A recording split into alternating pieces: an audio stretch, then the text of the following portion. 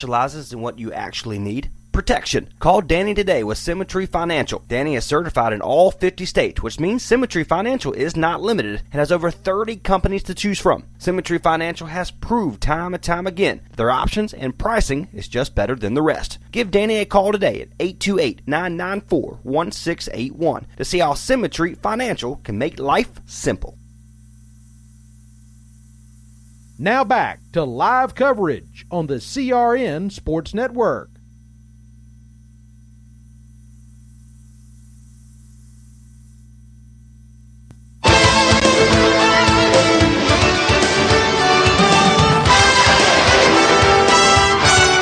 We are at the half. 21-10 the score. Welcome back to the Symmetry Financial Halftime Report. I am Wesley Outland, Bruce Barrett, and you were talking off on during radio timeout. All the good things that Clayton's doing, they got to continue that momentum for Marlon Lee and company going into the second half. Well, they're doing a really good job on defense. Wes Johnson is having a problem. Their problems start once they enter the half court and get into their half court offense. Clayton is doing a lot of trapping, a lot of zone trapping, and they're getting involved in breaking up passes. Yes. Not giving good looks to the basket right now. And that right there is paying off for them big time. But we saw in the last maybe 4 minutes of the game, of the half rather, where Coach Laura Jefferson went to a box and one. That caused a turnover. And then they went to man. And then that caused problems for Clayton too. And I think Coach Jefferson realizes that if they could just start getting after the basketball the same way Clayton is, maybe they can get themselves. They did cut this lead. You got to remember they were down. They only had 2 points until about 4 minutes to go in the half, and the next thing you know, they had cut the score in half. So they got for Wes Johnson, they got to continue putting defense, playing defense, getting after it, getting aggressive, going to the ball. Clayton, they need to run their offense, but Clayton, if Clayton continues to play their defense and everything, this could be very interesting coming in the second half. A great game, 21-10. It's an 11-point lead as it stands right now. We're in the middle of our halftime report. And again, another thing we talked about, one foul. Just for Clayton. You know what? That's discipline.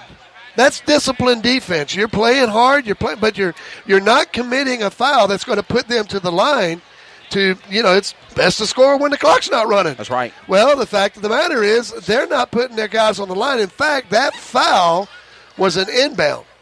So right now, there's not very many charity chances for Wes Johnston either.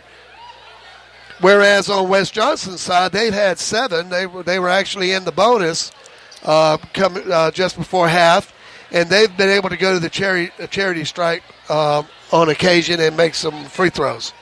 And then there were 7 fouls, I believe, for the Wildcats. So definitely in one team foul. Taking a look at the points for the first half of the game: 7 points for Kaisha Washington, 5 points for Dariana Howard, 6 points for Unique Best, and Delaney Eves has 2. That is for the Clayton Comets. For Wes Johnston, 6 points for Caitlin Tucker, and 2 points each for Elena Brewington and Chloe Nolan. Again, we're at half. Clayton is leading 21-10.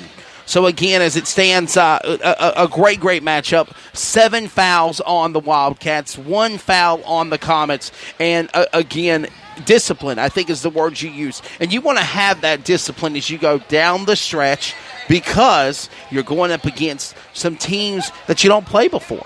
After this week, after the tournament, you're going up against teams you ain't played all year long, and you got to make sure you have a well-oiled machine, whether you're home or whether you're on the road away. And it's really a good sign of coaching. Marlon Lee has done a fantastic job with this basketball program, and I'm sure he has told them, listen, we need to play good, solid defense, but we don't need to make the mistakes. Right. And Clayton has caused Wes Johnston to make some mistakes, and they've gotten after the basketball. Sometimes the basketball will go out on Clayton, but that slows everything down. They have to reset. So, but right now, I mean, that 1 foul is an amazing stat. But here's the deal now. Caitlin Tucker, who is their leading scorer, she has 2 fouls going into the second half. Also with 2 fouls is Chastity McDougal. Other than that, we don't have a whole lot of foul trouble really at all. That's good. This is a good game. And again, 21-10, the Comets are up by 11, and at one time they were way, way ahead of the game.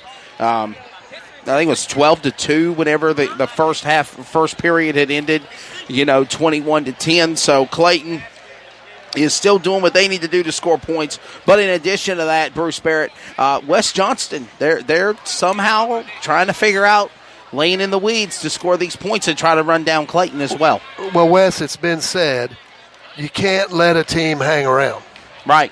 You just can't let them hang around. And you never – they're down by 11. When they were down by much, much more, they went and cut the lead in half, and now we're at 21-10.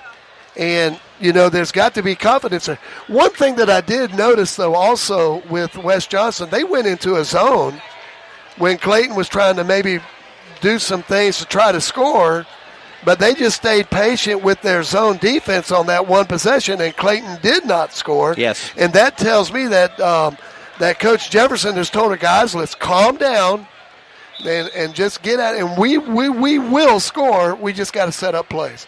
And I think that that's probably what Laura Jefferson, right, Coach Jefferson, is telling her team right now, hey, guys, we're in this thing. We are at the half. It is 21-10. The winner of this game will play the East Wake Warriors. And again, as I said, I find, Bruce, only fitting that you are going to have Clayton and East Wake, or at least it's shaping up to be that picture for the tournament championship. Yes. I tell you what, it's going to really be something if that comes to fruition. I mean, that would, folks. I'm sorry, but that is worth the ticket, just to come on out and see it happen. 19-4 on the yes, sir. 19-4 on the regular season, 9-1 in the conference. They are co-sanctioned regular season champs with the East Wake Warriors. For the Clayton Comets, they're 8-1 at home, lost only to Garner. They're 9-2 away. They lost to East Wake in their second conference matchup, and they lost to Garner at home.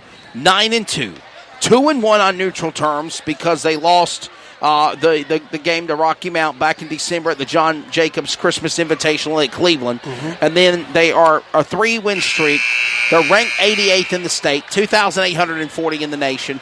And then, of course, you have, Laura Jefferson. She's ranked in the 300s in the state. But you're 11-14, 4-6, kind of laying in the weeds. But don't trust these statistics. This is rival basketball. This is conference tournament basketball. Anything can happen. Well, these players have been playing basketball against each other for years. I mean, coming on up, they know each other. They know, down through the years how each one of them, what their game is. And you can rest assured that that's going to come out here in the second half.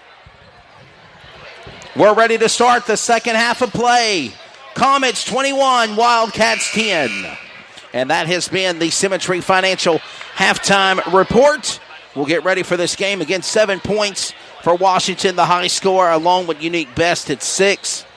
And we are ready now for the second half. It is 21-10. The winner of this game goes to the tournament championship against East Wake. It's Washington. She'll bring it up in play. Washington to Watkins. Right there at the three-point line is Unique Best. She'll power her way back around. Actually, she's just walking around. She's not really running around. Goes back to Washington. Washington going back, looking inside.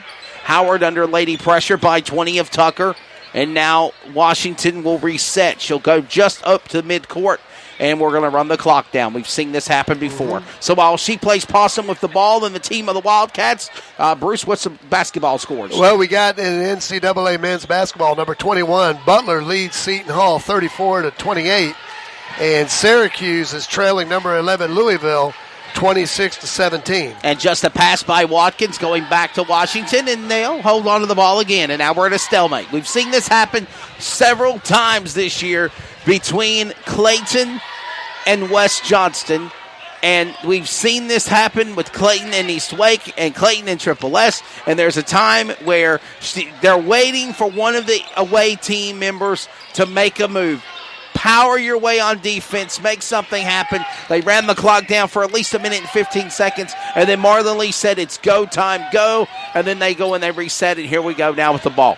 Washington goes out to Best. Best goes down to Watkins. Watkins goes back to Eves. Eves will go back to Washington, and we'll reset all over again.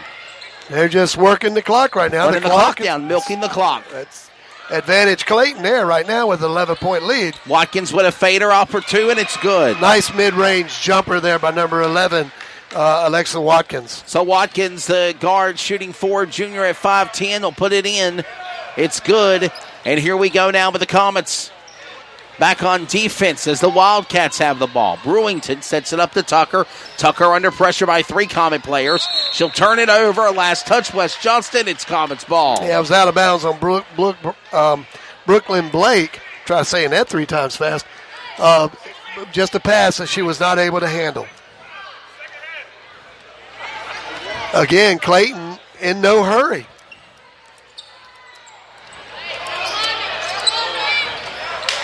.548, we're ready for the second half of play here now. 5:45, clock ticks away, and Clayton almost drained the clock almost for a minute and a half in the opening period, in the opening second half, third period. Eves with the ball, goes inside to Howard. Howard will go to the basket, she'll put it in for 2. Nice assist there by Eves also. Laura Jefferson, coach of the Wildcats, calls for a timeout. They're down by 15 now. 25-10, Comets lead the way. This is the Greater News 3A Conference Women's Tournament Semifinal on the CRN Sports Network. Unforgettables. Nice. This show sponsored by Unforgettables. Unforgettables creates detailed hand-painted baseballs for every baseball fan. Check them out at unforgettables.com. This is CRN, the Community Radio Network, the voice of the community, the voice of anything sports, and proud to be the voice of the Comets. Follow us at crnsports.org. Now let's get back to the broadcast coverage on CRN. The winner of this game, Blaze East Wake. It'll be West Johnston with the ball. Number 30, McDougall puts it back inbound to Brewington, goes back down to Brewington from Blake, from Tucker. Tucker gets the ball now at midcourt. Under pressure by Washington. About threw it away. Eves throws a block on a shot for 3, and it's good. Yeah, nice pass, a nice shot there by number 30, Chastity McDougall. Chastity McDougall, point guard, sophomore, number 30, puts it in for 3, and we got a offensive foul. Offensive foul on the Comets. And it's going to be on Washington. I think that's her second. Kaeja Washington, second foul. First team foul in the second half. Only the second foul in the game, and both fouls have been on Washington. Nobody else. Well, it was definitely she wasn't set on the drive, and that's why the foul was called. Got to have both feet set. And it'll be West Johnston's ball. West Johnston. Oh, nice steal. Steal by Howard. Howard to the basket and 2 and good. Howard anticipated that pass.